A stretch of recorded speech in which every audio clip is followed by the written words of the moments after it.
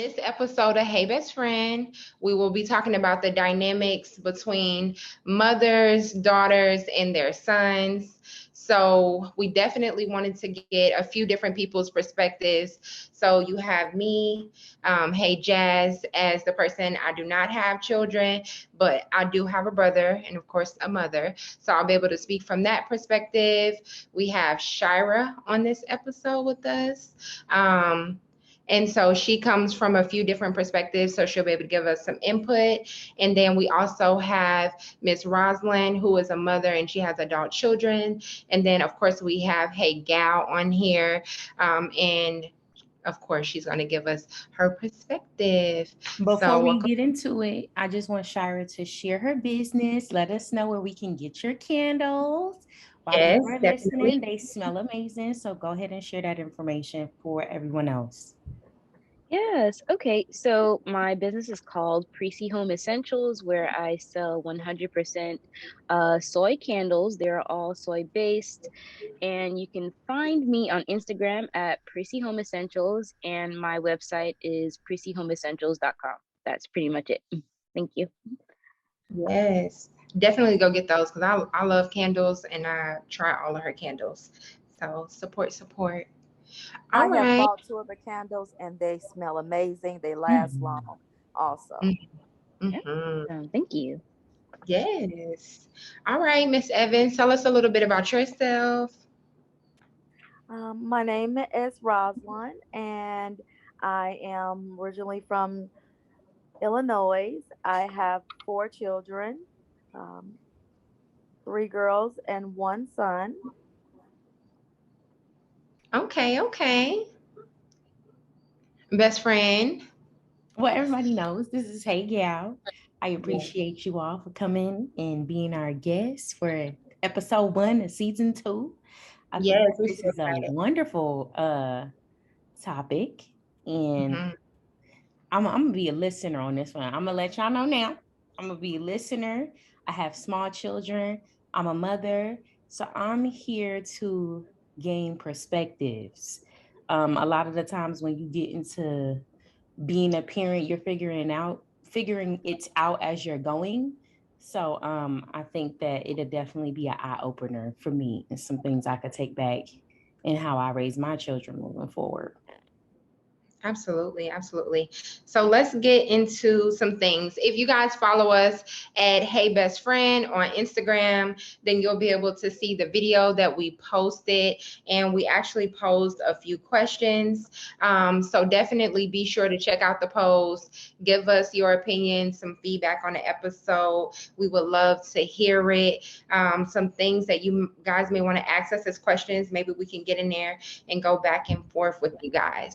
So, this episode is really talking about the dynamic in the African American community between mothers, sons, and daughters. And so I kind of wanted to start it out and see what you guys' perspectives were around this dynamic before we got into some further things. So let's start with you, Shira. What would be something that it could be a healthy thing or something that you feel like we can work on. What would be something that you've noticed or experienced within that dynamic? I think for me, as a sibling to a younger brother, in my opinion, the same way the expectations needs to be the same. Doesn't matter their gender, Mhm. male or female. The expectations as far as learning how to cook, learning how to clean, doing those domestic things, the expectations should be the same for the male. I think that's based on what I've experienced for me as a sibling. Yeah. So that type of thing. So do you feel like in your experience, was it just not balanced or was it just completely different? Like, because you're a young girl, you should learn how to do all of these things. And he's a boy, so they're not really required to do those things. I think being that I do have a younger brother with ADHD, and personally, I don't think it's a disability, but I feel Hmm. like it was treated as such, and Hmm. so it's like he was being coddled. because he has, ADHD. He's unable to do these things, and I look at it completely differently. I did some research on it, and I mean, shoot, I feel like I have ADHD. Sometimes I might be all over the place, but I am still capable of doing these things. And I just feel like we need to empower them. And instead of, continuously saying, okay, you do have a disability. I don't think it's a disability. Do they need extra support? Yes, but let's support them in that. Let's give them that extra support to learn how to cook, learn how to clean, those different opportunities, because now that they're getting older, it's more of a challenge, what I'm saying? So let's just give them that extra support, because that's all it really is, that extra support. I could agree with that. I could agree with that. You said what, best friend? I said, I like that perspective. Just to double back on, kind of like, if you could explain it. So what was that dynamic, as you stated, your experience? What was that dynamic look like for you, as far as, because you put it in a disability aspect, but I can relate to you with my brothers, and my brothers wouldn't be considered to have a disability, on that aspect, to where, yeah, I'm a woman, I cook, I clean. What about them? Make them get up, make them cook, make them clean, Right. like, why I gotta be the person to come home and clean the meat and get this together when you have two full-blown young adults in here? I may be the oldest, but they're still young adults. Or even as the adult sister coming in, now that I have my own home and I see how the home looks or what's going on, or that my mom needs extra help, and everybody's just kind of sitting there while she's struggling to kind of pick up the pieces. So in the aspect of given that experience, what were some of those experiences like in your home, to where we can kind of get a more understanding of what that looked like for you in particular, like outside of the cooking and the cleaning? Could you give us some examples or circumstances where you felt, or you came back from that situation and was like, well, I feel like my mama could have really handled that a lot better?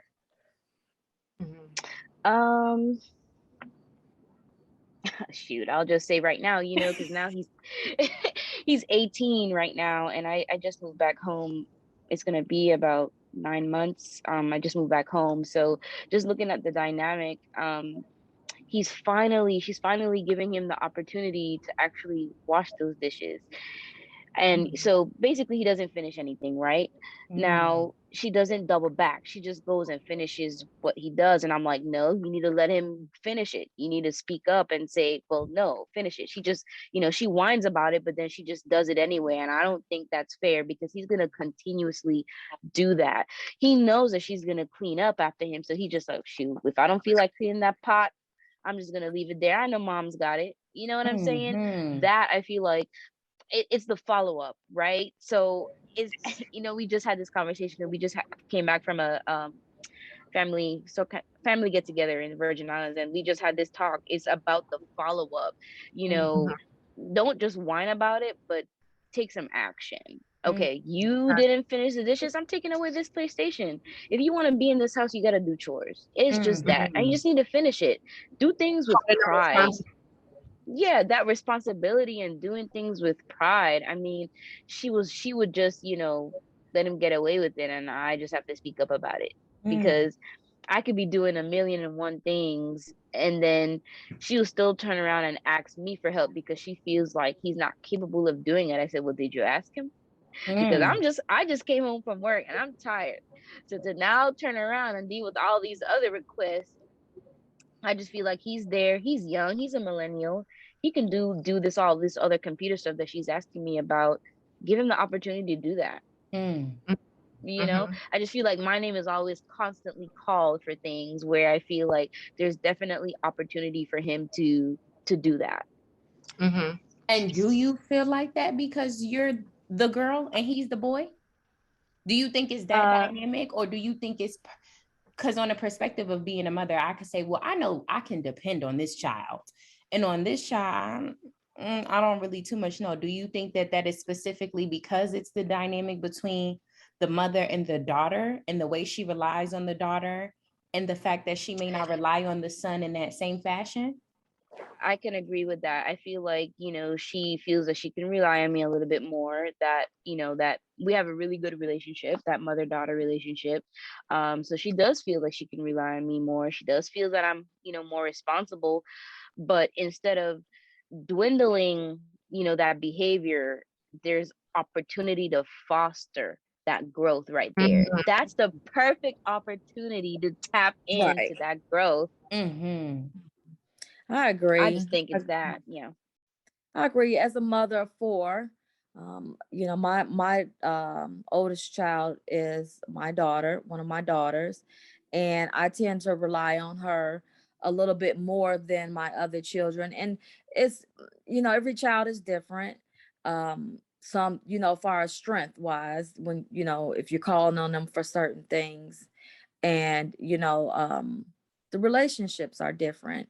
No child is the same. You might be, you know stronger in one area, weak in another area, or just better at something than someone else, or you might just feel like, sometimes I feel like, this person is more responsible than the other child. I can depend on this one more than the other. As far as chores in my household, with when my children were little, everybody had to do something. I was more strict, and I was following back. I think I followed back on the behind my kids after doing stuff just to make sure. I think I worked their nerve more so with just following behind them, because I wanted to make sure they had it.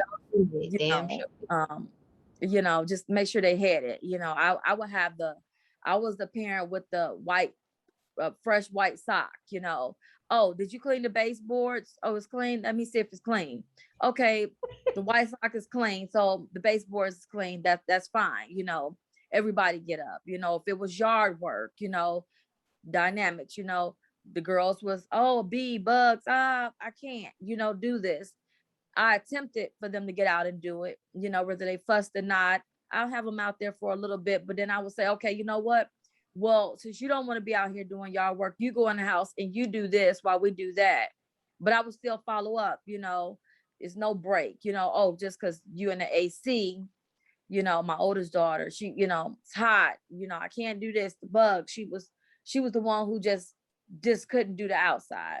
Mm-hmm. And I always thought that she thought she was just getting over on me. So I would say, you know what? I'll give her a little bit more than what we had to do outside, just because in the inside a little bit, I would do that sometime. And, The house for 3,000. my son, I always expected him to take out the trash versus my daughters. I just always feel like that, that's something that a young boy should be doing, and just because it's trash. Not saying that they was too good to where they just couldn't take out the trash, because they did take out the trash. But some things you put on, you gender role them. A man should be doing this and a woman should be doing this. Exactly. Yes. Mm-hmm. Right. So, okay. So with the whole follow-up thing, it kind of just took me back to accountability, right? So my perspective from my experience and just different things that I see out in the world is that with women, particularly women's household where the father may be absent, the accountability sometimes look very different in what they require from their daughters and what they require for their sons. For example, we may say, like the double back thing with the daughters, it's like, didn't I ask you to do this? And da da da da da da, and you kind of just like go, it's a lot, like you continuously, it's a lot. But with the sons, it's like, I asked you to do something, you didn't do it. I may ask you again, but I'd rather not even just go there to where I'll just handle it myself, like what you were saying, Shira. And then, but I feel like it doesn't create, it doesn't, just like promote accountability. And then they get out here and they don't always stay young boys.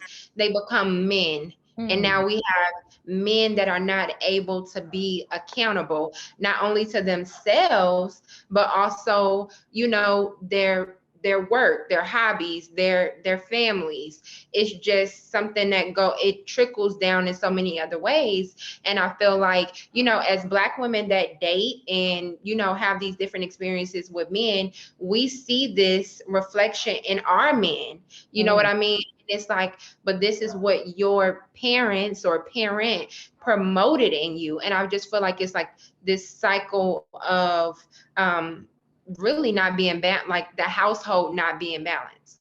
Toxicity, a cycle of toxicity. Yep. And disservice to some extent. But then that dynamic, like after hearing Miss Evans speak, known as Ma to me, you know, for me, after watching the video, so let's kind of share, for those who haven't seen the Instagram video, it was a young woman that basically was talking about her mother. She was saying how her mom would treat her ways to where she was getting kicked out the house every other week, or there was some type of issues or situations to where her and her mom would constantly clash heads, or she had to work harder. And now as a grown woman and not a child anymore who's on her own, she finds that her mom calls and relies on her a lot more than her brothers. And so from her perception, from what I received watching the video, she basically was indicating like, yo, where are these sons that you raised that couldn't do no harm? Where are these sons that you had that, you know, I would get treated this way and you would treat them that way, but you can't call on them. So pretty much towards the end of the conversation, she was like, you know, I love my mother, but why do I have to share my space with you when it wasn't necessarily like that growing up? And now that you realize you can't depend on these sons. And so I say all of that to say, like, just listening to my perspective, I don't see the dynamic specifically with the boys or the girls in particular when it comes to, because she, like she said, she did follow up with everybody as a whole. And just that aspect of, I think that is correct. Each child is different, and boys come with a certain energy and girls come with a certain energy. Some girls can be a lot more feistier than others, where boys are more so a little bit, and this is just from my experience having children, boys are more so a little bit timid, at least in my experience. Even when I think about it, where I'm the oldest sister, I look at it as the responsibilities that I had more so came from a older sibling perspective, more so than the woman and the mother, the son, and the daughter dynamic. I always looked at it as an, okay, I'm the oldest, so I'm going to be giving them more chores. I'm going to be giving this, I'm going to be giving that, opposed to it being my brothers. But then, you know, as I got older, I started to ask questions like, these are men. These are going to be men in society. And so you're doing them a disservice. I had that conversation with my mom, like, yo, you're doing them a disservice because you're allowing them to create paradigms and habits that are not going to be suitable for them when they get older into this real world or this real society. So after this topic had came up, it kind of shifted my gears a little bit, because it kind of changed my perspective. Where is it a divine feminine, divine masculine energy thing? And is that just a sequence of a man and a woman and just that dynamic? Or is it the child? Could it just be particularly we were women and they're boys and it's just us and who we are as women? Or is it the older circumstance situation? Because from what I understand, just me, which is Hey Gal, Hey Jazz, and Shira, we're all older siblings in this dynamic as well. And I am, and also you were older sibling too. And I'm pretty certain in that dynamic, the oldest sibling has just a certain responsibility. Like for me personally and my son, and they're still young, I do put a lot more responsibility on my son. That could be because I have evolved and I understand that we do have men that are kind of like just straddling a little bit, but also mainly because he is the older sibling and he is a man and you are supposed to protect and provide. So I'm going to give you a lot more things than I give your sister. And that's just my perspective on it. I don't know.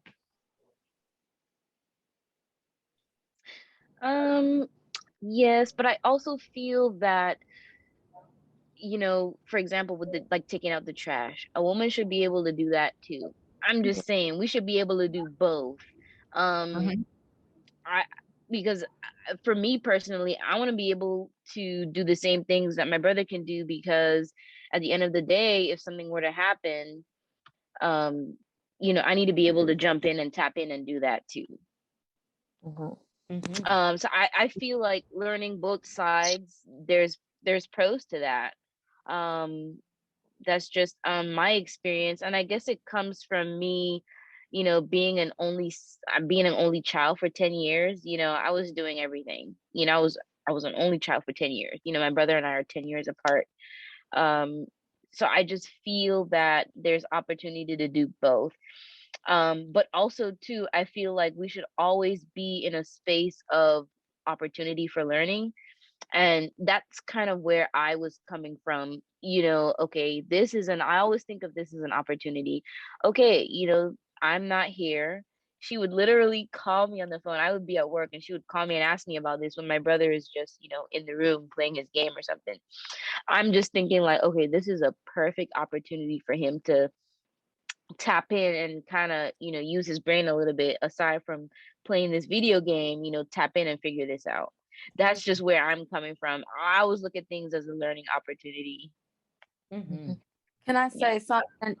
As Always a say, mother, the boy is the mama's boy and the girl is the daddy's girl, you know, and people tend to roll with that. For my son, it was just like, this is my only son, three daughters, one son. This is my only son, and I was one of those parents, with him growing up, like, oh, he can have whatever he want, oh, let me always go big, this is my only son. Not saying I didn't love my daughters as equally. I did, but I think where I messed up was that I gave him too much of that and he heard it to where it started becoming problems like, well, I'm the only son. Mom, can you cut my sandwich? And he's 12, like, And she's Mm. no, cutting it. you do it, or I've done it before, like, oh, Mm. sure, son, I'll fix your plate, And So or I'll I, tell just you, my not to cut son, you off in that moment, like let's just go back to that scene that's playing in your head right now. In that moment, and him saying, "Ma, can you him 12 and him like, Ma, can you cut my sandwich?" And I'm not sure if you gathered that and you've thought about these things after the fact, but in that moment, him asking you that, what thoughts are running in your mind? Are you saying, is he trying to get over on me and play me? at first I didn't get that. But after Okay. a while, I did. As time went on, it's like, oh, what? Boy, you got to do it yourself. You could do it, Mhm. But I was so caught up in the moment of my son, my son. Mm. My grandmother, she did it with my grandmother. She had all daughters. So when her kids started having sons, the boys got more attention than the girls. Mm. Because oh, we have some boys in the family now. Oh, the boys, or whatever. And it can rub off. It can go to generation. You don't even realize it, Mm. But as time went on for me, as the kids got older, it's like, okay, I remember one time one of my daughters said, sometimes I feel like you put too much into one of the kids and you don't put enough into me sometime, or what, Mm. and I had to say, I had to reevaluate the situation, like step back, because sometimes you don't really see what you're doing or no, just pay attention to what you're doing, and you have to really just, let me, what are they talking about? Let me just see what's going on or whatever. And so, I had kids that had learning disabilities, just need a little bit more attention than the other child did or whatever. So I found myself being more hands on a lot, when instead of just challenging them, like Shira said, let me just be there a little bit more instead of the Mm. challenge, you Mm-hmm. know. But as they got older, it's like, no, you can do it. You can do it. No, you need to figure it out. My son, as he got older, no, I want you to be a respected black man in society. You need to figure it out. I want you to do this, do that, or whatever, because I could see the tables turning as they get, you parents, we don't always just know everything. There's no book, but it's like, you learn from yourself too. As time go, you like, oh, I gotta switch that up, he or she is getting over 'em. So let me switch it up a little bit. I could say with some of my daughters, one of them might be more headstrong, one of them might be just more on the sweeter side, needed more affection, attention. One of them might be like, I don't need all of that, I'm fine, but I need this in another area, of something. So it's like you have to play different roles with each one of your children. It's not all the same. It doesn't matter if, I say, tell the oldest one or the middle child, take the trash out, and I didn't ask the young one. I used to always tell the younger one, you know what? Your time coming. You're going to be doing the same thing they doing, because the younger one will always say, I'm too little. I can't do this, and think she getting over on me. And I would say, your time coming, you're going to be doing it, because they all going to leave the house and you'll be here and you'll be doing what they were doing, And did she ever really do it? Or was she still... It took time. She would try to get over on me sometimes. Sometimes she would do it. Sometimes at one point she said, everybody moved out, I'm switching rooms. So you won't, I won't hear you calling my name, because I started calling, who else I'm gonna call? Everybody else gone now. So it's your turn now, and two of us, it's time to get out the door. Cause okay, look, I'm tired of mama calling my name. I'm, she gonna do her own thing. I'm gonna do my own thing. I'm gonna try to get over. And then, kids grow up, they they want to just do their own thing. And then, they all think that, oh, I got mom, Yeah. So they got over mom. Then they all tell it when they leave the house, back to son wise, as far as, because this is a big thing for me. Before you go for it, let me ask a question about an example that you gave earlier about the sandwich cutting, right? So even though, just listening to it, it's like, it's a damn sandwich. Cut the sandwich. Okay, cool, whatever. But when you just think about the action, what's received and what's being communicated, not only between the parent and the child, but the parent and the other children, the siblings against each other, like, what is that? And then you also adding in the gender. Like, it may not just be the gender, but it does play a role in it, right? So what is that telling your daughters, compared to the message that it's relaying to your son? And as parents, are you guys aware, like, is that something that you're even being mindful of, or is it just something that you don't even think about, you just do it? I can speak for myself. At the time, for me, I was not even aware of it. I was just doing it, it was just like, sure, son, no problem, son, or you want this, no problem, son, let me get this for my son, my son, go big, go big, go big. That was my whole thing. And I messed up with that, because the older he got, the less respect I got that I thought that I would have received from my son. Right. It was just, and it just come from, I think it's cradling, cradling, and or maybe not having a man in the house. Maybe, I don't know. I can't speak on it. I don't know. You just touched that, and I don't mean to cut you off, but you just touched that, because you kept saying you messed up. I don't think you messed up. Now, could you have been a little bit more balanced with the children? Sure. But in an aspect to where you do have a young man and he's in a home with 4 women, sometimes he may need that extra affection. So I don't look at it as a mess up. Now, may there have been some unbalance within the household that could have shifted that dynamic? Sure. Because you said he was in a household with women. So even if you were showing him, because naturally, right, if you just think about it and you say, I'm affectionate to my son and I'm affectionate in these things, you would think that the response that you would get would be, my son gonna love me. He gonna take care of me because I made sure that I gave him that extra love, right? But then we double back a little bit and you say, well, maybe there was no men in the household. Well, I think that you're touching you hitting a lot. Like you real hot with that, because if he didn't see someone treat you in a certain light, he can't do something that he is not aware of, right? I agree with that. So now It's you're a prime creating example a here.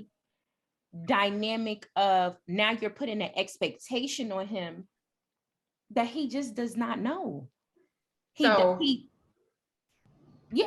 doesn't know. Go ahead. So that is something that I actually noted down myself. I believe that naturally women and men, the dynamic, the connection, the intimacy, what is natural for us to communicate and show affection, that dynamic with mothers and sons really spills over when there is not a man in the household, because the position of the young boy is now you're the man of the household. But it's like you tell them that they're the man and that they have this power, they have this position, before implementing what it is to be that to them. Yes. So they feel like they've achieved something without ever having to do the work. And so it's like, okay, yes, you are my son. Yes, I love you. You should feed into I thoroughly believe in feeding into girls and boys the same, to teach them to love themselves, higher power, all of these. I thoroughly, if y'all listen to season 1, y'all know this. I thoroughly believe in this, but I feel like that there's an unhealthy relationship there's an unhealthy part of that relationship when we put the children in the man spot. Yes. Let the children stay in the children's spot, and then you do what you need to do until they're able to be in your home and be young men and possess those qualities, because we set them up for failure when it's time for them to get out here and really be the man of the household, because we're telling them that you're a man of the household, but yet I'm coddling you. Yet I am, just not even requiring too much of you because you are my son. And it's like, how can we do both? How can I tell you and make you believe that you're the man in the house, and then you get out here and you're only doing but so much, and it's like, I've conditioned you this way, you know what I mean? And so I think that we need to, our community needs to, or anybody really, even outside of our community, we need to be careful when we put the children in certain positions that is not intended for them, because they miss out on the lessons that they need along the way. Yes. I have a question. Do you think that, because you spoke a lot about how you had 3 daughters and 1 son, so it was like my son, my son, my son. If you had another son, and of course we're speaking from a hypothetical standpoint, do you think it would still be a difference in dynamic if you had more than 1 son? I am not for sure. That's a very hard question. For me to try to answer, I'm just not for sure. I'm just not for sure. I'm not for sure on that.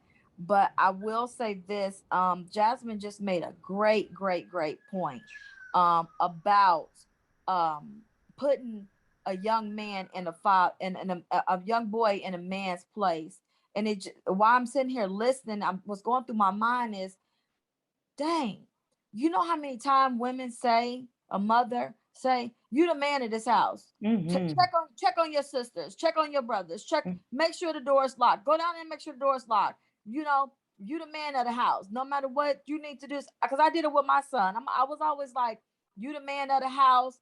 You need to be doing this, because a man, is not going to be taken care of. A woman will be taken care of by a man quicker than a man will be taken care of by a woman. So you need old school, y'all. That's old school thoughts. Y'all know they ain't doing that 2021, baby. They taking care of it. I understand, but this is what I'm just replaying back, from from years ago, and then it was just like, we saying man of the house, but did I ever tell my son, what is a man? What is a man? The foundation of a man. What is a real man? Instead of just saying man, man, man. I don't ever think I've actually said, what a man, is, what, what it is to be a man, not just, you're not just grown, so you grown now, you a man, but what it takes to be a real man in society, besides besides work, besides work. I've always instilled work ethics. His dad always worked. He always seen us work, so he knows I gotta work, to be able to make it in this world. But just putting it all on the table, and to be a family man, and what it is to be a king, in your community. I've never ever touched on that. So that, first of all, is beautiful to even be able to be like, this is jogging it, and did I do this? Like, I just feel like reflection is always the best time, and that's why we have these conversations, so that everybody can reflect on their experiences, draw from other people's experiences, and things of that sort. But I would say, even if you thought about it then, right? Like, yes, you could have implemented other things, but as a woman, can you really teach a man how to be a man? Like, No. a lot of times, we tell children how we want them to move forward and things that we want them to be knowledgeable of, but the children learn by what they see and less of what they hear. So even there's a possibility that even if you verbally install those things, yeah, they may have been somewhere in the back of his mind, but it goes back to what Faisha was saying, that if he didn't see it, you have to see it so that you can know the actions to repeat and what to build on, and maybe some things of not to do. You have to see it. And I think that and so, yes, that's just what I think about that. So there's a possibility that even if you said something, it may or may not have touched home. Just my mind, just wrapping around everybody's perspective, experience, and my own experience. I truly, honestly believe that outside of I think it's a masculine, feminine energy thing. I think truly and honestly, that's just what it comes down to, because if we listen to Shira's perspective, and she said, okay, I was oldest, my mom felt like she couldn't rely on my brother because of these circumstances and situation. And then I think about myself and I say, okay, well, I have this here, and this is a experience. Now, when I reflect and try to make the comparisons and the contractions with my experience, I'm the oldest out of 4 boys. And we have my mom, who I know she capable of being stern, because she was stern on me. I didn't have time to get second chances with things. I had one time to do it. I had to know how to cook and clean. I was always told a woman needs to know how to cook and clean, because no man is going to want a woman that can't cook, that can't clean. And then I moved back, and in that same breath, I have your circumstance, Ma, where your children are grown now, and you said, well, I was doing those things where I was telling my son he need to be the man of the house and take out the trash. And when I look at my mom and how she was with me, I don't see her saying, oh, you need to go take out the trash. I see her saying it now, because I say, these are men and you're doing them a disservice. Why does his room even look the way it looks? If that was me, you still need to teach him how to take care of himself and have self-love, not to want to be in a cluttered space or take on responsibility. And so from everybody's perspective, I really and truly honestly think it's not necessarily like something done with intent between a mother and her daughter. I really truly honestly think that it has to do with the yin and the yang, male energy, woman energy, because everybody's perspective is different. And I had my dad in the household, and I still be looking at them like, damn, you did this damn boy a damn disservice. It's just completely moved from the reality that they have to face. So in your circumstance, like you said, I didn't have a man in my home. Yeah, dad was active, but there was no man in my home. And I think that in a lot of this, and even how the young lady was feeling on the video, honestly and truly, I just think it's feminine and masculine energy. I truly Yes, it is feminine masculine energy, but it is still, that still breaks down to woman and woman and woman and man, and it still breaks down to a disservice in one way or another. So I mean, no matter how you put it, it's the same, it equals the same thing. Like, no, if it's, and so I just feel like it's something for us to be mindful of, so that when we go forward, we are creating different realities for our future, for our families, you know what I'm saying? And even in our present, it's things for us to be mindful of how to deal with these things, for sure.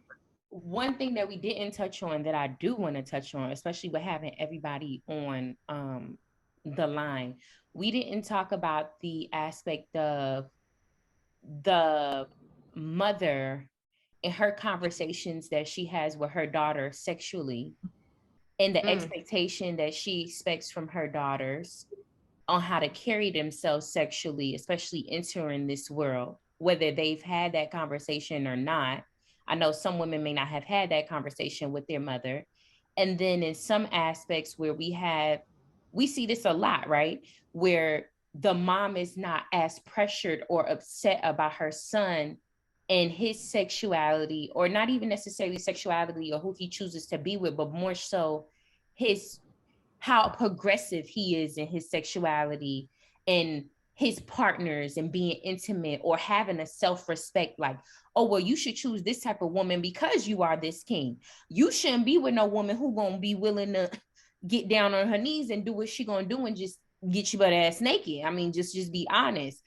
And we to our men, like, he's soil his royal oats. You hear dad say that, and then if a woman in the same breath is doing the same thing, it's like, oh, you a hoe.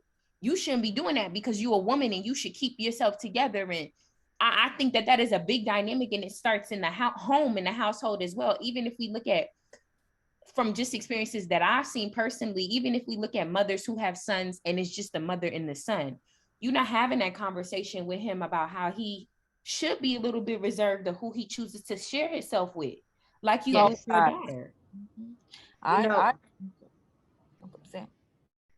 Was someone saying something? No, go ahead. I was saying, absolutely. I definitely think that in so many ways that contributes to a lot of things, that we don't teach men to value themselves. And I think that men deal with insecurities and self-esteem issues at a larger scale than women do. It is just not something that's talked about. I don't think that they even feel like they have the space to say, I feel insecure, like I have moments of insecurity, because it's looked at as weak. And men, they don't want to be perceived a particular type of way. I don't think that we lay a healthy ground for them to express those things. And then that also spills out into, how they react with women, or it's so many things that goes into, but I agree with you 100%. I want to say this, with my children, I'm very open. I've always been open. Some people may say, you know what, you're a little bit too open, but I've never been the birds of bee type mother. I've never expected for my son to be like, oh, he's a boy, just go get it or whatever, do as much as you want because you're a boy. No, I think that any human being should take pride in themselves, their body, other people, just experiences, because men can get used just like women can, or whatever, and it can be taken for granted. And what about self-pride? I've always told my girls, like, there's no rush out here for anything. It's just something to talk about. The younger you are, It's just this, you have peer pressure, people say, well, I did it too, just to say I did it too. There's no rush to it because it's just a conversation, and everything is a soul tie, believe it or not. You give yourself to this person, you give yourself to that person, and then you mix in, you don't even realize that it's a soul tie. People like, what soul ties? What that got to do with anything or whatever? It's emotions. You have young women and young guys breaking down. My husband, one time, he's like, I have feelings too. I cry. That don't mean I'm soft or whatever. I have feelings too, and I'm like, absolutely. Yeah, you're right. And women, sometimes, I know I have done it myself. Like, nigga, get over it. You be okay. Like shake it off, like whatever. And have to step back and be like, wait a minute. Right. You know Like, what I'm saying? absolutely. Like, I don't want to hear that. I don't, it's not what I'm trying to do. So there's you have to step back and consider a man's feelings just the same as a woman's feelings. I don't think it should be, just because you a man, you go and you can say whatever you want, do what you want, sleep with whoever you want. I don't think that should be even acceptable, just because, oh, it's different because you're a guy. It's no, I think it's the same thing. Have respect for yourself, and understand that it's not a rush. So, Shira, for you, well, you and Faisha, I know both of y'all are Caribbean tings and all this other stuff, but like, what was that conversation for you with your mother or your parents when it came to intimacy? Like, and like, around what age did that start? Because I know it starts at bits and pieces, and it adds on a little bit at a time. If I'm going to be honest with you, I don't even recall having that conversation. We just knew that we weren't supposed to do it, and that was that. And I knew, like, if I had told her when I actually started doing it, I would have been, cursed out. You know what I'm saying? So my mom recently found out the first time I had, I got intimate last year.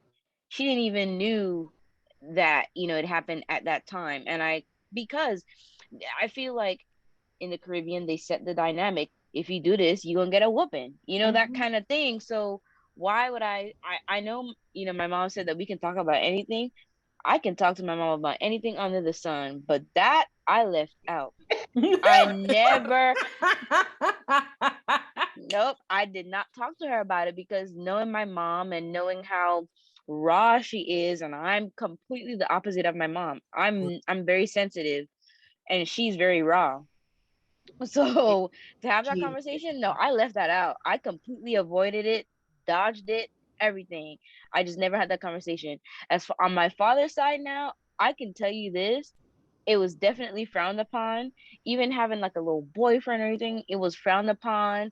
I was yelled at, for talking to a boy in middle school. I was yelled at. And then, him now, conversing with him and hearing that, oh, it's okay for my brother to do it, and he was 17 at the time, I was like, well, I didn't get that same reaction. It was okay for him to jump and do it or whatever, but for me it was just a no. So I never really told him about none of that either. So I really can't relate. I just never had that conversation because I just didn't feel psychologically safe to do that. So I never had that type of conversation with my dad, but I'll tell y'all a funny story. So the night of prom, my dad dropped me and my boyfriend off at the time at the hotel, because all of the seniors had got rooms at this hotel. Little but known to me, my dad then passed my boyfriend some condoms. We get up to the room. He's like, your dad gave me condoms. I'm like, what the fuck? And I was like, you took them? He was like, yeah, what was I supposed to do? Deny it? I'm like, deny what? What's happening? Why would you take that? That make him think that we having sex. And he was like, but we are. So what was I supposed to do? And I'm like, you should have said to him, oh, absolutely not, Pops. We ain't even doing that. We're not on that time. And like, listen, because I'm like, Shira, I never wanted it to be a conversation, especially with my dad. Like, I never wanted that to be a conversation. So, like, when I got older, I asked my dad about it. He was like, I ain't dumb. I was like, oh. Well, But you know what? I appreciate those kind of relationships though. I appreciate that because I was yelled at, you know. I remember, you know, one time, you know, this boy in middle school, he gave me a necklace and I'm like, well, hey, you know, my little friend gave me a necklace and I got yelled at for that. So I appreciate that, you know, relationship that you had with your dad because like I said, I didn't have that. I was afraid to speak about it, so I never talked about it. Let me tell you something funny. So when we first moved to Atlanta, we went to the, you know, the OBGYN. And so my mom was like, oh, we can go in together. And I was like, no, we cannot, because I'm doing stuff that you don't know about. So, so now I feel like the doc, she was kind of trying to rat me out because I already did, you know, I already did my checkup. So my mother was like, come in here. And I was like, okay. So we sitting down or whatever. And my mom was like, oh, she's a virgin. She don't need to do that. And the whole room was like silent. The silence was so loud. Like, I was just like, is she really trying to just let it go? Why couldn't she just have a conversation and keep it moving? She just kept real quiet. Like, it was the most uncomfortable thing. And I think that's when my mom was like, something ain't right. So when we got to the car, she was like, she was like, be honest with me, you having sex? I was like, maybe. No. And she was like, I can't believe you. She was like, you have me in there looking stupid. I'm telling everybody that you're a virgin. You're not. I'm like, you didn't ask me. You just assumed. You just assume. Okay. Listen. So that's kind of how she Don't found ask, out. don't tell. Right, exactly. Don't ask, don't tell. That on that. Yep. My mom, her dynamic, my mom is very raw. I'm used to a lot of raw people in my experience in childhood. My mom was talking to me how to suck dick. I'm just gonna be honest. She was like, listen, this is what's going on. This is how you're doing it. But in the same breath, how they like it, you gotta do it this way. I'm like, what? Oh, Jesus. In the same breath, though, I don't think that she expected me to do that. Like the first time I told them I had sex, I told my daddy first. I didn't tell my mother first because my mom is just, she just was not receiving. Like I said, it was just a certain, you had to be like this and you had to do this and you had to do that. So I never had an open space to say, oh, I could come to you and say, hey, mom, I'm having sex. You know what I'm saying? But she did speak to me openly about sex. Like, I was very aware of what sex was, what sex is, what's going on. Two people who look like they love each other.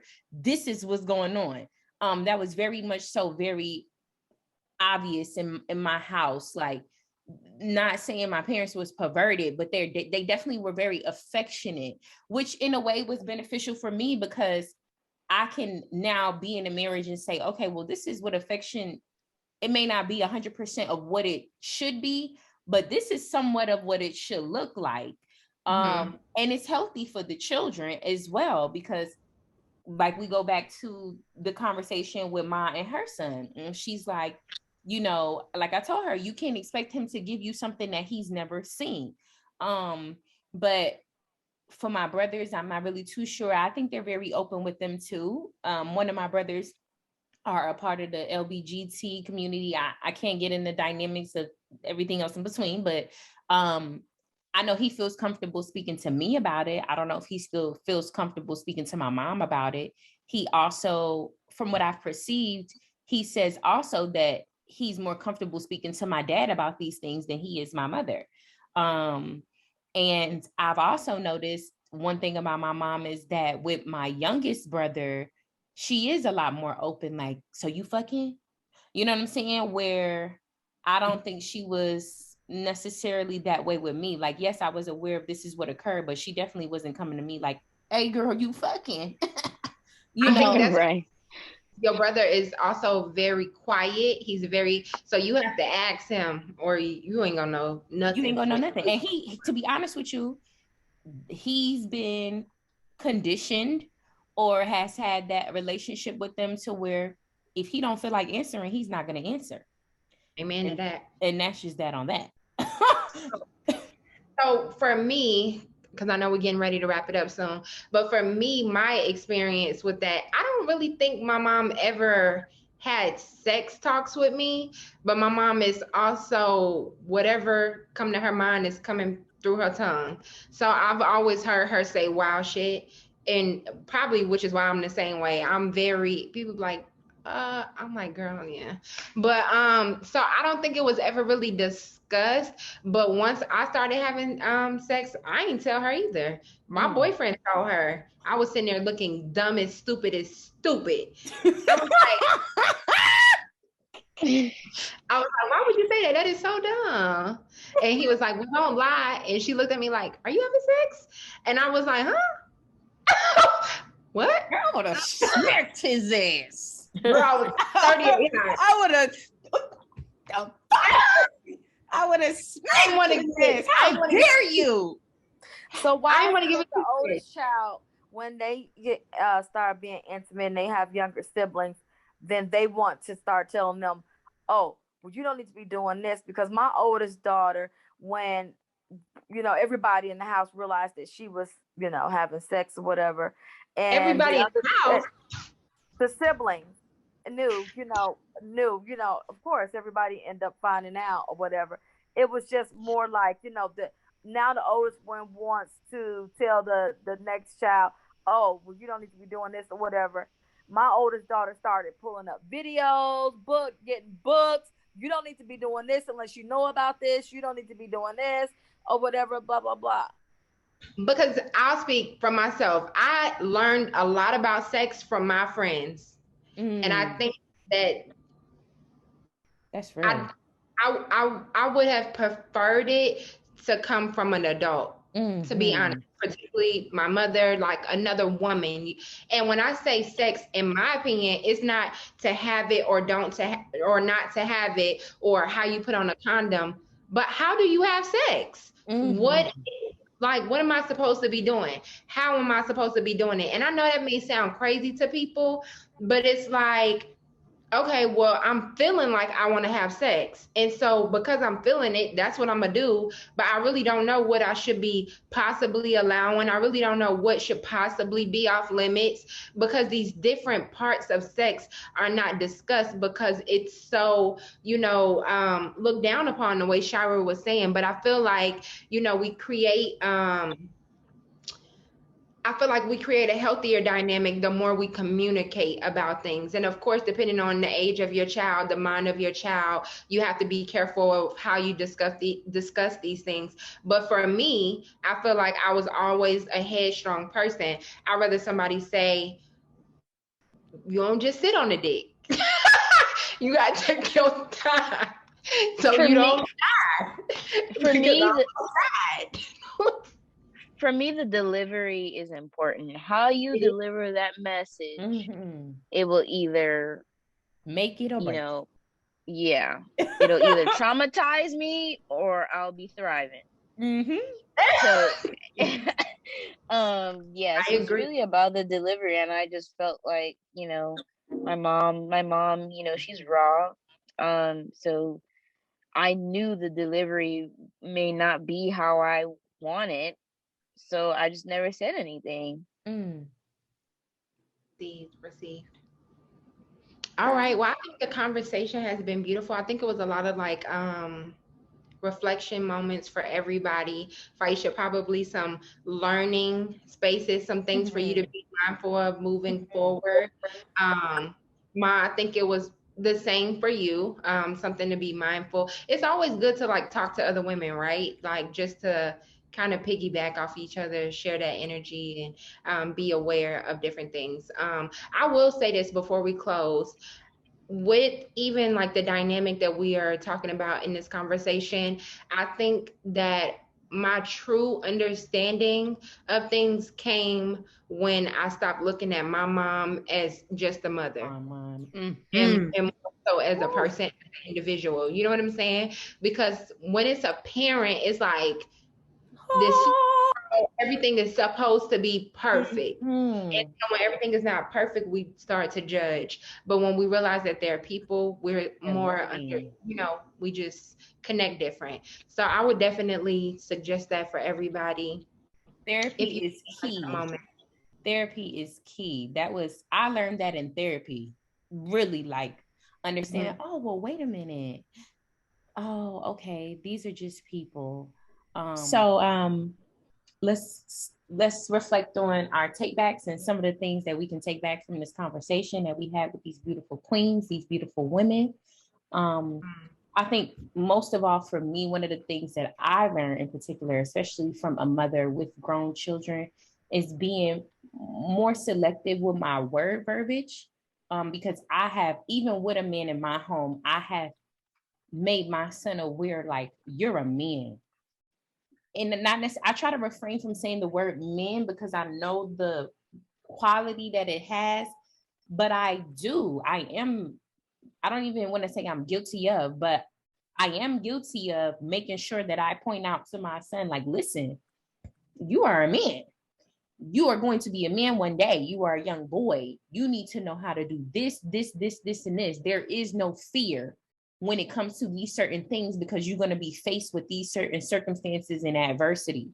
So I think that from this conversation, I can take back and say, okay, I can find other ways of delivering what I need to say without necessarily, calling it what it is, making it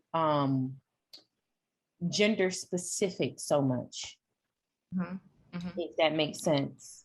And coddling, I'm definitely going to be more conscious of coddling my son, especially as he gets older, because that dynamic of the relationship will change. And my son is very loving and catering naturally, just by nature.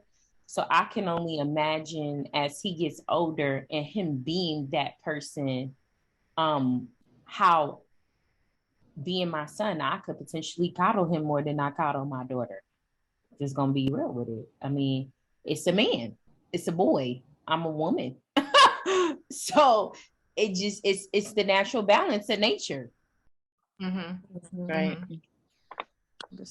Understand. Some takebacks for our guests. We always do the takebacks. So now that we have guests, what are some takebacks that you can take back, Shira, from this conversation and moving forward and just be more aware of?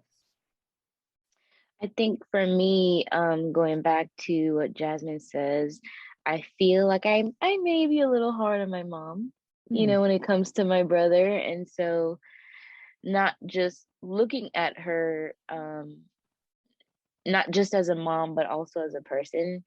And she also has her challenges as well, and we all do. So, when thinking about, certain things and certain actions, putting that into perspective, she's more than just a mom.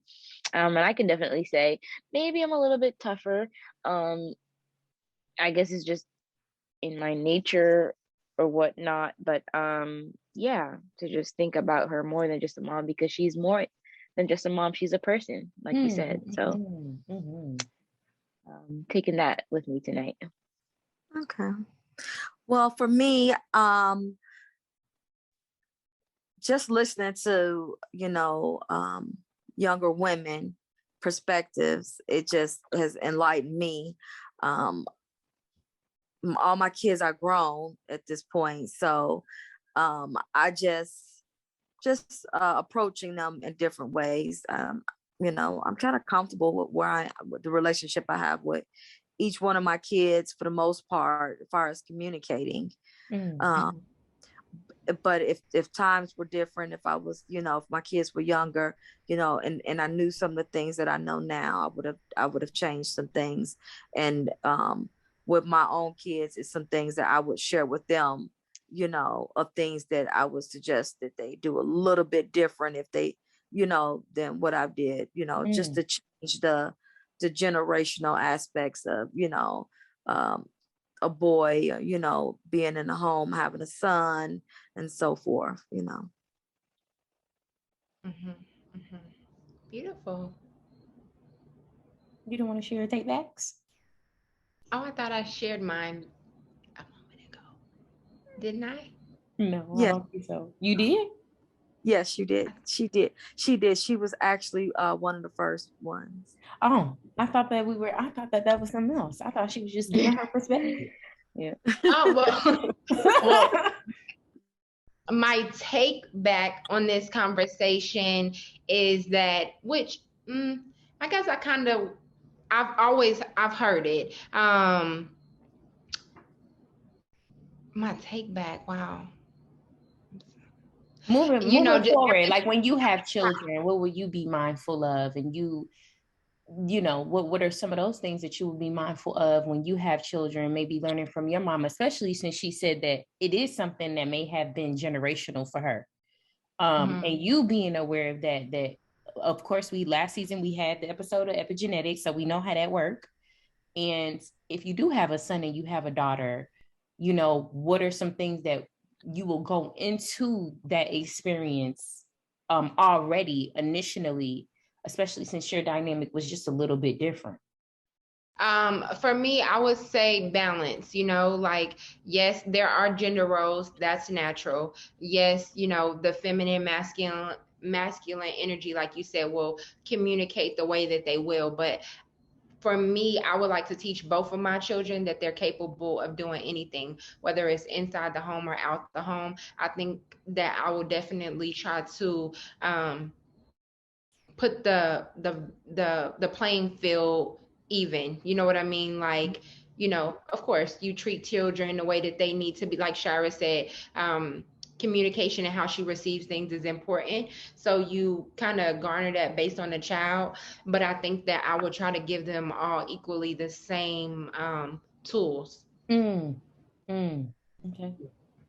Yeah. So, but we definitely want to thank you guys for coming on episode 1 of season 2. The conversation, like I said earlier, was beautiful. Make sure you guys go and check out Shira's candles at Prissy Lady. Prissy Home Essentials. Prissy Home Essentials. And if y'all just want to follow her because she's just that girl, Prissy Lady. Instagram. You don't have an Instagram. It's nowhere that they can follow you. You got your little things, but always to follow Hey Jazz and Hey Gal. Get in the comments, DMs, text, wherever.